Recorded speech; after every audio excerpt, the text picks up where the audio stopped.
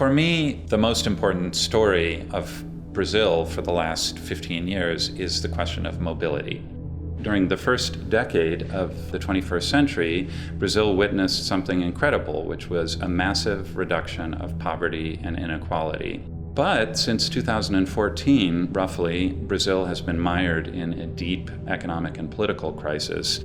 Uber drivers are the exemplar of mobility in all of its full messiness. They are people who experienced upward mobility during the good years, but they're also people who witness all of the problems of mobility as Uber drivers. With consent, I recorded conversations with 35 Uber drivers during the middle months of 2018. These are mostly men who spend all day long circulating through urban spaces of big cities. So they're observing people and they're experiencing all of the traffic jams and the potholes, and they're seeing the problems that all Brazilians face: delays in getting from point A to point B, crime, insecurity, all of the things that came into play as Brazilians figured out who they were going to vote for last year.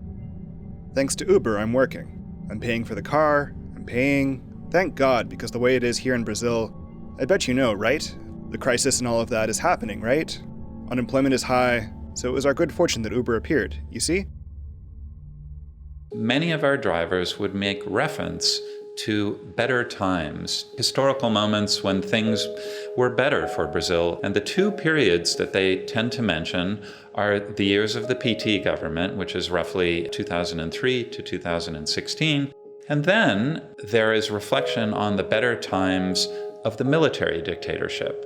When our drivers invoke the notion of order and disorder that they see in their work as drivers, they see people misbehaving on the streets, and they see the disorder of violence and traffic jams, and all of that stuff gets lumped together. It leads them to this complicated and troubling nostalgia for a dictatorship in Brazil's not too distant past.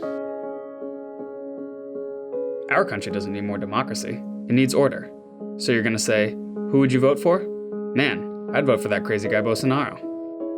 In the Brazilian imaginary, urban space is very important. The neighborhood where you're from determines how you're interpreted by other people and how you interpret other people. Are you from an affluent neighborhood, or are you from a peripheral neighborhood? Uber disrupts that logic because Uber drivers, first of all, they traverse multiple neighborhoods, but they're doing it using GPS technology, which doesn't care about the class profile of a neighborhood or whether there's violence there or what the reputation of a neighborhood is. It disrupts this classic traditional urban geography paradigm.